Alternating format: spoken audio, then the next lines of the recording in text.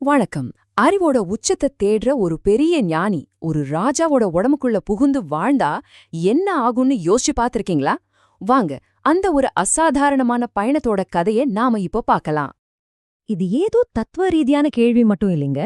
இது ஒரு மாபெரும் ஞானியோட அறிவுக்கும் அவரோட துறவற வாழ்க்கைக்கும் வந்த ஒரு உண்மையான சவால். இந்த மாதிரி ஒரு இக்கட்டான சூழ்நிலைய அவர் எப்படி சமாளிச்சார், அததான் நாம இன்னைக்கு பார்க்க போறோம். அத்வைத்த தத்துவத்துவக்கே கலங்கர விளக்கமா இருந்தவர்தான் ஆதிசங்கரர். அவர் உபய பாரதிங்கிற ஒரு அறிஞரோட விவாதத்துல இருந்தாரு. தர்க்கத்திலையும் தத்துவத்திலையும் ஜெயிச்சிட்டு இருந்த சங்கரரை உபயபாரதி இல்லற வாழ்க்கை, காதல் வாழ்க்கை பத்தின கேள்விகளை கேட்டு மடக்கிட்டாங்க. வெறும் புத்தக அறிவு மட்டும் முழுமையான ஞானத்தை தராது, அனுபவ அறிவும் ரொம்ப முக்கியங்கிற சவால் தான் சங்கரருக்கு வந்துச்சு. அவர் எடுத்த முடிவு சரித்திரத்திலே ஒரு பெரிய திருப்புமுனையா அமைஞ்சது. அது என்னன்னு பாப்போமா?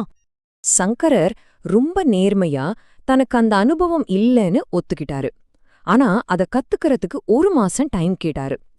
துறவரத்தை மீறாம இந்த அறிவை அவர் எப்படி பெறப்போறாருன்னு அங்கிருந்த எல்லாருக்குமே ஒரே ஆச்சரியம். இந்த சவாலுக்கு சங்கரர் கண்டுபிடிச்ச வழி யோக சக்தியோட மிகப்பெரிய ரகசியங்கள்ல ஒண்ணு. அது நம்ம மாதிரி சாதாரண மனுஷங்களோட கற்பனைக்கே எட்டாத ஒரு தெய்வீகமான சக்தி. ஆமாங்க, அந்த ரகசியம் இதுதான், பரகாய பிரவேசம். அதாவது ஒரு உடலை விட்டுட்டு இன்னொரு உடலுக்குள்ள சுயநினைவோட நுழையறது. அத்வைதம் சொல்ற மாதிரி நம்ம உணர்வு உடல்ல இருந்து வேறங்கிறத நிரூபிக்கிற செயல் இது. இந்த யோக சித்திய வச்சுதான் தனக்கு தேவையான அனுபவத்தை பெற சங்கரர் முடிவு செஞ்சாரு. தன்னோட பயணத்தை தொடங்கறதுக்கு முன்னாடி அவரோட நம்பிக்கையான சீடர்களுக்கு ரொம்ப தெளிவான கட்டளைகளை கொடுத்தாரு. கொஞ்ச நேரத்துக்கு முன்னாடி இறந்த ஒரு உடலை கண்டுபிடிக்கணும், என்னோட உடலை ஒரு குகையில பத்திரமா பாத்துக்கணும், 1 மாசத்துக்குள்ள நான் திரும்பி வந்துடுவேன்னு ஒவ்வொரு விஷயத்தையும் ரொம்ப துல்லியமா திட்டமிட்டாரு. சரி, இப்போ ஒரு ராஜாவோட உடலும் ஒரு ஞானியோட மனசும் ஒன்னு சேர்ற அந்த அசாத்தியமான நிகழ்வு எப்படி நடந்துச்சுங்கிறது விரிவா பார்க்கலாம். சங்கரர் தன்னோட தியான பார்வையில சரியான உடலை கண்டுபிடிச்சாரு. பக்கத்துல இருந்த நகரத்தோட ராஜாவான அமருகன் அப்போதான் இறந்திருந்தான். அவனோட உடலை தகனம் செய்ய எடுத்துட்டு போயிட்டு இருந்தாங்க. ஒரு பக்கம் ராஜாவோட இறுதி ஊர்வலம் போயிட்டு இருக்கு, இன்னொரு பக்கம் ஒரு குகையில சங்கரர் ஆழ்ந்த தியானத்துல இருக்காரு. அவரோட உணர்வு அவரோட உடல்ல விட்டு பிரியறதுக்கு தயாராயிடுச்சு. அந்த ஒரு கணத்துல பிரபஞ்சத்தோட விதிகளையே மீறின ஒரு செயல் நடந்துச்சு. ஒரு ஞானியோட ஆன்மா ஒரு ராஜாவோட உடலை தேடி போச்சு. சங்கரரோட உணர்வு ராஜாவோட உடலுக்குள்ள நுழைஞ்ச அந்த உச்சக்கட்ட தருணம். இறந்த ராஜா திடீர்னு எழுந்து உட்கார்ந்ததை பார்த்து அங்க இருந்த எல்லாரும் அப்படியே திகைச்சு நின்னுட்டாங்க. ராஜாவுக்கு உயிர் வந்துடுச்சு அப்படிங்கிற சத்தம் எல்லா பக்கமும் கேட்டுச்சு. இப்போ ராஜாவோட உடல்ல இருக்கிற சங்கரர் என்ன செஞ்சாரு, அவரோட நோக்கத்தை எப்படி நிறைவேற்றினாரு, வாங்க பார்க்கலாம். ராஜாவோட உடலுக்குள்ள இருந்தபடியே சங்கரர் அரச வாழ்க்கையோட நுணுக்கங்களையும் ஒரு குடும்ப வாழ்க்கையோட இன்பத் துன்பங்களையும் மனுஷ உறவுகளோட சிக்கல்களையும் ரொம்ப உன்னிப்பா கவனிச்சாரு. ஆனா அவர் இதுல எதுலயுமே தன்னை முழுசா ஈடுபடுத்திக்கல. ஒரு பற்றற்ற சாட்சியா இருந்து எல்லாத்தையும் ஒரு ஞானக் கண்ணோட்டத்தோட பார்த்து அறிவை மட்டும் சேகரிச்சாரு. நாட்கள் போயிட்டே இருந்துச்சு. சங்கரர் ராஜாவாவே வாழ்ந்துட்டு இருந்தாரு. இத பார்த்த சீடர்களுக்குள்ள ஒரு பெரிய கவலை வந்துருச்சு. ஒருவேளை நம்ம குரு இந்த ராஜபோகத்துல மூழ்கி தன்னோட உண்மையான நோக்கத்தையே மறந்துட்டாரோன்னு பயப்பட ஆரம்பிச்சாங்க. அவங்களோட கவலை நியாயமானதுதான். அதனால அவங்க ஒரு புத்திசாலித்தனமான திட்டத்தை போட்டாங்க. பாடகர்கள் மாதிரி வேஷம் போட்டு அரண்மனைக்குள்ள நுழைஞ்சு நம்ம குருவோட நினைவை தூண்டணும்னு முடிவு செஞ்சாங்க. அவங்க பாடினது சாதாரண பாட்டு இல்ல, அது வேதாந்தத்தோட சாராம்சமான தத் துவம் அசி, அதாவது நீயே அது அப்படிங்கிற மகா வாக்கியத்தோட கீதம்.